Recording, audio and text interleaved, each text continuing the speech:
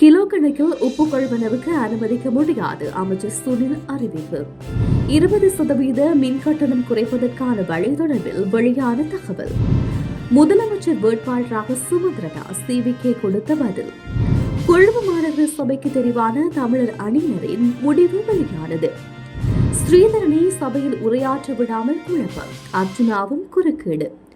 மீண்டும் யுத்தம் ஏற்பட இடமளியும் ஜனாதிபதி உறுதி. தமிழர்களின் இறுதி யுத்த நினைவுகூரல். சட்ட நடவடிக்கைக்கு தயாராகும் அனுர அரசாங்கம்.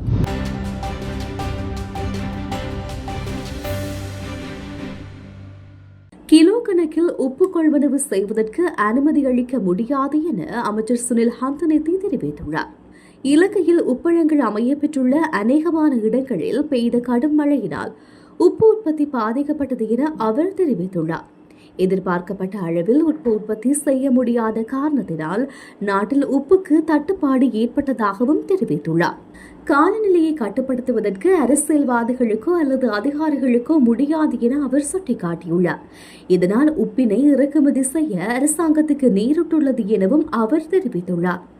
எனினும் 1 கிலோகிராம் கொள்வனவு செய்யும் மக்கள் 10-15 கிலோகிராம் எடையுடைய உப்பினை கொள்வனவு செய்து களஞ்சியப்படுத்தி வைத்துக் கொள்ள அனுமதிக்க முடியாது என அவர் சுட்டிக்காட்டியுள்ளார்.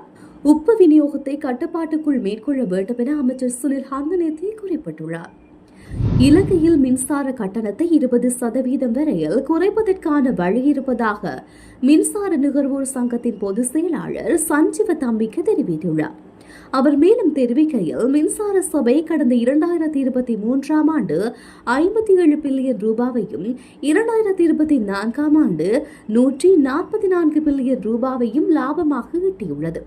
இந்த ஆண்டு ஜனவரி மாதத்தில் 22% கட்டண குறைப்பை தொடர்ந்து இலங்கை பொது பயன்பாட்டு ஆணைக்குழு மின்சார சபையின் 200 பில்லியன் ரூபாவில் இருந்து 51 பில்லியன் ரூபாவை 6 மாத காலத்துக்கு பயன்படுத்த அனுமதித்தது. எனினும் 18 பில்லியன் ரூபாவை மாத்திரமே மின்சார சபை பயன்படுத்திய போதிலும் சுமார் 183 பில்லியன் ரூபாய் மீதமுள்ளது. இந்த நிலையில் எதற்காக மின்சார கட்டணத்தை அதிகரிக்க வேண்டும் என கோரியுள்ளார்.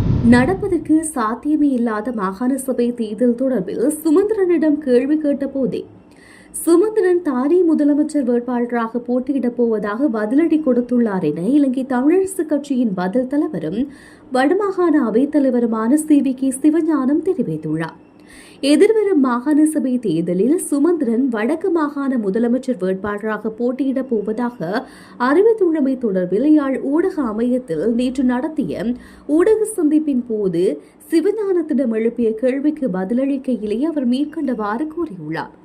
அவர் மேலும் தெரிவித்ததாவது, மாகாண சபை தேர்தல் தொடர்பில் தயவு செய்து இப்போது கதைக்காதீர்கள். ஏனெனில் அது இப்போது மேசையிலும் உள்ளது. குறிப்பாக இந்த வருடம் இந்த தேர்தல் நடைபெறாது. ஏனெனில் அதுக்கு நிதி ஒதுக்கப்படவில்லை. ஆனால் மாகாண சபை தேர்தல் ஒன்று வருகின்ற போது அதில் நாங்கள் ஒருவரை நிறுத்துவோம். மாகாண சபை தேர்தல் வரட்டும், பார்ப்போம். இல்லாத ஒன்றுக்கு ஏன் பெயர் வைக்கின்றீர்கள்? யாரை ஏமாற்றுகின்றீர்கள்? உண்மையில் மாகாண சபை தேர்தல் என்பது நடக்க வேண்டியதுதான். ஆனால் அது நடைபெறுவதற்கான சாத்தியக்கூறுகள் இல்லாத நிலையில் கூட ஒற்றுமையை குலைக்கும் சதிவேலைகள் தற்போது முன்னெடுக்கப்படுகின்றன. குறிப்பாக வடக்கு மாகாண முதலமைச்சர் வேட்பாளர் தொடர்பில் சுமந்திரனிடம் கேட்கப்பட்ட கேள்வி ஒன்றுக்கு பதிலளித்த போதே சுமந்திரன் தானே முதலமைச்சர் வேட்பாளராக போட்டியிடப் போவதாக கூறியுள்ளார். எனினும் நடப்பதற்கு சாத்தியமே இல்லாத மாகாண சபை தேர்தல் தொடர்பில் சுமந்திரனிடம் கேள்வி கேட்கப்பட்ட போதே சுமந்திரன் பதிலடி கொடுத்துள்ளார். ஆகவே இப்போது அதை பற்றி பேசுவதில் அர்த்தமில்லை. அதையே திரும்ப பேசி குழப்ப வேண்டாம் என குறிப்பிட்டுள்ளார். கொழும்பு மாநகர சபைக்கு தெரிவான பல சுயாதீன குழு உறுப்பினர்களின் ஆதரவை தேசிய மக்கள் சக்தி பெற்றுள்ளதாக தெரிவிக்கப்படுகின்றது. எனினும் நிர்வாகத்தை அமைக்க தேவையான 59 இடங்களை கொண்ட பெரும்பான்மையை விட குறைவாகவே தேசிய மக்கள் சக்திக்கான உறுப்பினர்களின் எண்ணிக்கை இருப்பதாக தகவல் வெளியாகியுள்ளது. 2025 மே 6ஆம் தேதி நடைபெற்ற உள்ளூராட்சி மன்ற தேர்தலில் கொழும்பு மாநகர சபையின் 117 இடங்களில் தேசிய மக்கள் சக்தி 48 இடங்களில் வெற்றி பெற்றது. இதன் மூலம் மாநகர சபையின் மிகப்பெரிய தனி கட்சியாக உருவெடுத்தது. இந்த நிலையில் கொழும்பு மாநகர சபைக்கான போட்டியின் 5 குழுக்களில் 9 உறுப்பினர்கள் வெற்றி பெற்றுள்ளனர். இதில் ஜனாதிபதி அன்ருகுமார திசாநாயக்க கொழும்பு மாநகர சபைக்காக போட்டியிட்ட 2 ஆசனங்களை பெற்றுள்ள கே.டி. குமாரசுவாமி தலைமையிலான தமிழர் அணியை நேற்று சந்தித்துள்ளார். இதன்போது தமிழர் அணி தமது ஆதரவை ஜனாதிபதியின் கட்சிக்கு வழங்குவதாக உறுதியளித்துள்ளது. இதை தவிர ஏனைய 7 பேரும் ஜனாதிபதிக்கு தமது ஆதரவை வழங்குகின்றார்களா என்ற விடயம் இன்னும் தெரிய வரவில்லை. அத்துடன் 59 என்ற பெரும்பான்மையை பெற்ற தேசிய மக்கள் சக்திக்கு வேறு இந்த கட்சிகள் ஆதரவளிக்கின்றது என்ற தகவலும் எதிர்பார்க்கப்படுகின்றது.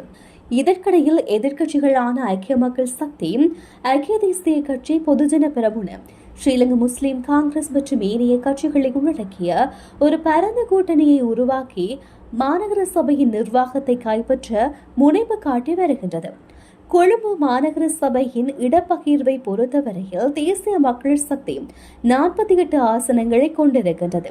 ஐக்கிய மக்கள் சக்தி 29 ஆசனங்களையும், ஐக்கிய தேசிய கட்சி 13 ஆசனங்களையும், பொதுஜன பெரமுன 5 ஆசனங்களையும், ஸ்ரீலங்கா முஸ்லிம் காங்கிரஸ் 4 ஆசனங்களையும் கொண்டிருக்கின்றது.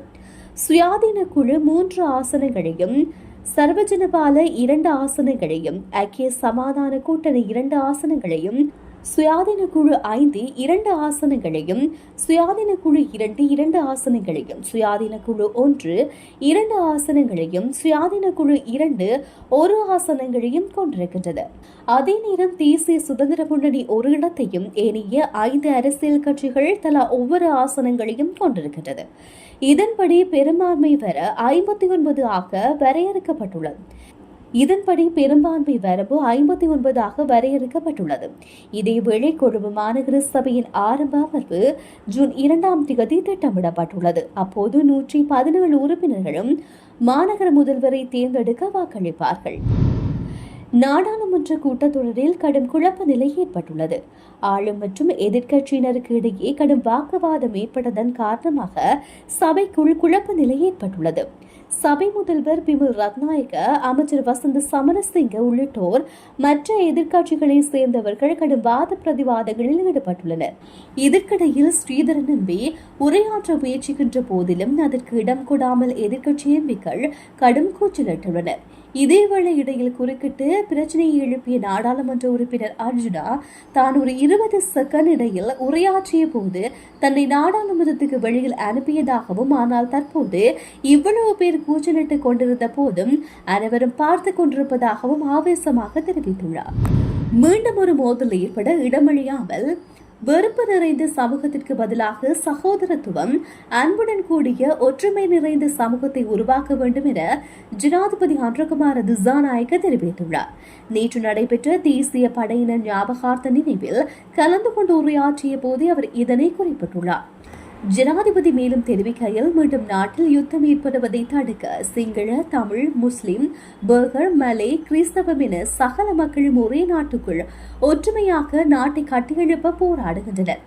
பாரிய அழிவை சந்தித்த தாய் நாட்டில் அவ்வாறு யுத்தம் மீள ஏற்படுவதை தடுப்பது எமது பொறுப்பாகும். கடந்த கால சம்பவங்களில் இருந்து பாடம் கற்க வேண்டும். மீள அவ்வாறான நிலை எமது தாய் நாட்டில் ஏற்பட இடமளிக்க கூடாது. யுத்தமற்ற, குரோதமோ சந்தேகமோ அற்ற நாடு உருவாக்கப்பட வேண்டும். மீண்டும் மோதல், குரோதம் உள்ள நாட்டுக்கு பதிலாக சமாதான நாட்டை உருவாக்குவதே அவர்களுக்கு நாம் செய்யும் கௌரவமாகும். யுத்தம் ஒருபோதும் வெற்றியை கொண்டு தருவதில்லை. படை வீரர்களிடம் இருக்கும் ஆயுதத்தை பயன்படுத்த தேவையற்ற அமைதியான சமூகம் உருவாக வேண்டும் என தெரிவித்துள்ளார். நாட்டில் இன அழிப்பு இடம்பெறவில்லை என அரசாங்கம் அறிவித்துள்ளது. வெளிவிவகார அமைச்சர் விஜித ஹேரத் இந்த விடயத்தை தெரிவித்துள்ளார். தொலைக்காட்சி நேர்காணல் ஒன்றில் பங்கேற்ற போது அவர் இந்த விடயத்தை குறிப்பிட்டுள்ளார். தமிழ் மக்களை இலங்கை ராணுவம் அழித்திருந்தால் அதனை இன அழிப்பு என குறிப்பிடலாம் என தெரிவித்துள்ளார். எனினும் அவ்வாறு இடம்பெறவில்லை எனவும், அவ்வாறான சம்பவம் ஒன்று எப்போதும் இடம்பெறவில்லை எனவும் அவர் குறிப்பிட்டுள்ளார். போரின் போது சிவிலியர்களை பாதுகாத்துக் கொண்டே முன்னகர்வுகள் மேற்கொள்ளப்பட்டது என அவர் தெரிவித்துள்ளார். இறுதிக்கட்ட போரின் போது தமிழீழ விடுதலை புலிகள் பொதுமக்களை மனித கேடயங்களாக பயன்படுத்திய போதிலும் படையினர் அவர்களை மீட்டிருந்தனர் என அவர் தெரிவித்துள்ளார். இலங்கையில் இன அழிப்பு மேற்கொள்ளப்பட்டதாக எந்த ஒரு நாட்டிலும் சாட்சியங்களுடன் நிரூபிக்கவில்லை என அவர் குறிப்பிட்டுள்ளார். கனடா அல்லது உலகில் எந்த ஒரு நாடும் இலங்கையில் இன அழிப்பு இடம்பெற்றதாக கூறினால் அதனை எதிர்ப்பதாகவும் அதனை நிராகரிப்பதாகவும் தெரிவித்துள்ளார். இதேவேளை தமிழீழ விடுதலை புலிகளின் பெயர் அவர்களது சின்னங்கள் போன்றவற்றை பயன்படுத்தி மேற்கொள்ளப்படும் நினைவுகூரல் நிகழ்வுகளில் பங்கேற்பவர்களுக்கு எதிராக சட்ட ரீதியில் நடவடிக்கை எடுக்கப்படும் என அவர் தெரிவித்துள்ளார். போரில் உயிர் நீத்த உறவுகளை நினைவு கூர்வதற்கு எவ்வித தடையும் கிடையாது என்ற போதிலும் பயங்கரவாத இயக்கம் ஒன்றை பிரச்சாரம் செய்யும் வகையில் நிகழ்வுகளுக்கு அனுமதிக்க முடியாது என அவர் தெரிவித்துள்ளார்.